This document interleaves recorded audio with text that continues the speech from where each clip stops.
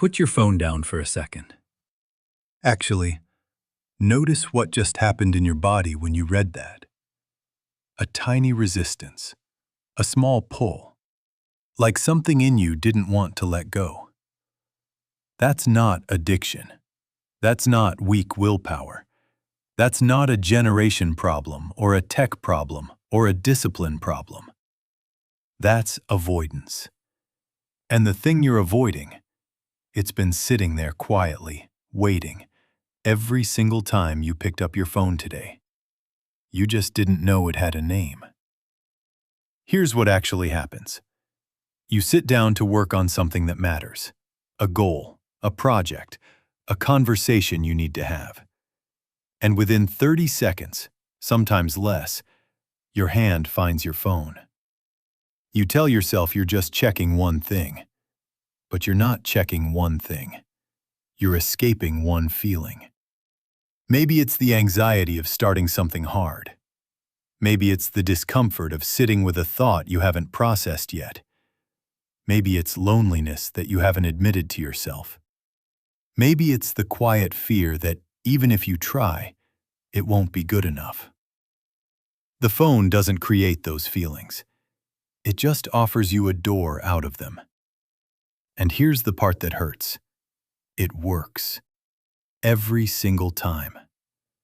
For 30 seconds, you feel better. The anxiety softens.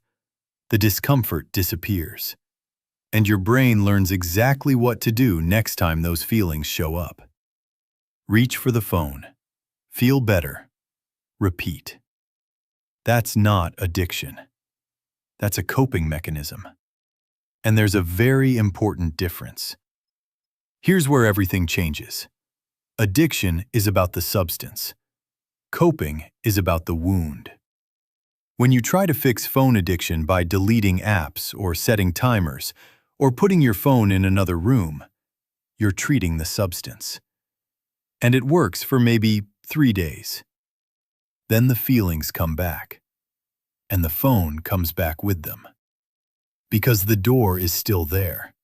You just temporarily boarded it up. The real question has never been, how do I use my phone less? The real question is, what am I walking away from every time I pick it up? That answer is different for everyone. But once you find it, everything shifts. The first thing, the discomfort of starting. Most people don't pick up their phone because they're bored. They pick it up right before doing something hard. Right before writing. Right before studying. Right before the gym. Right before a difficult conversation. That moment of friction, that 2-second gap between deciding to do something and actually starting, is where the phone lives. The fix isn't willpower. It's shrinking the gap. Reduce the startup friction so dramatically that starting takes less effort than reaching for your phone. Open the document before you sit down. Put the gym shoes by the door. Remove one step between you and the hard thing. Make the right choice the path of least resistance. The second thing, emotions that haven't been processed. This one is harder to admit. When something painful happens, an argument, a rejection, a failure, a worry that keeps circling, most people don't sit with it. They scroll it away. And it works temporarily. But unprocessed emotions don't disappear. They just go underground. They show up as restlessness, as irritability, as this vague sense that something is wrong that you can't quite name. The fix is giving the feeling 2 minutes, just 2. Sit with it. Name it out loud or write it down. I'm anxious about this. I'm scared of that. I'm angry about this thing. Naming an emotion reduces its intensity by nearly half. You don't need to solve it. You just need to see it. The third thing, loneliness disguised as entertainment. Here's something nobody wants to say out loud. A lot of phone use isn't about content. It's about connection. It's the feeling of being around people, even virtual ones, when real connection feels too effortful or too risky. But scrolling through other people's lives doesn't actually feed the need for connection. It mimics it. And like all mimicry, it leaves you emptier than before. The fix is one real interaction per day. Not texting, an actual conversation, even a short one, with someone you care about. It doesn't need to be deep. It just needs to be real. Real connection, even brief, resets the loneliness loop in a way that no amount of scrolling ever can. The fourth thing, the fear of your own thoughts. This is the quietest one, and the most common. Silence has become terrifying.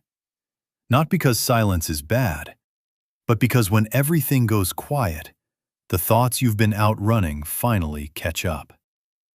The things you haven't decided, the things you regret, the version of yourself you keep promising to become. All of it surfaces the moment the noise stops. So you keep the noise on. But here's what nobody tells you. Those thoughts aren't chasing you to hurt you. They're waiting to be heard. And the moment you sit with them, even for 5 minutes, they lose most of their power. The phone isn't the enemy. The silence is just scarier than it needs to be. So let me say this clearly. You don't have a phone problem. You have something uncomfortable that you haven't faced yet. And your phone is just the most convenient, most rewarding, most available escape route from it. The 4 things most people are running from. The discomfort of starting. Emotions they haven't processed. The loneliness underneath the scrolling. And the thoughts they're afraid to hear. None of them disappear with a screen time limit. They disappear when you look at them directly. So tonight, just pick one. Which one was yours? You already know. You felt it when I said it. Sit with that feeling for 2 minutes. Don't fix it. Don't scroll away from it. Just let it exist. That's where the real change starts. Not in the settings app. In the silence.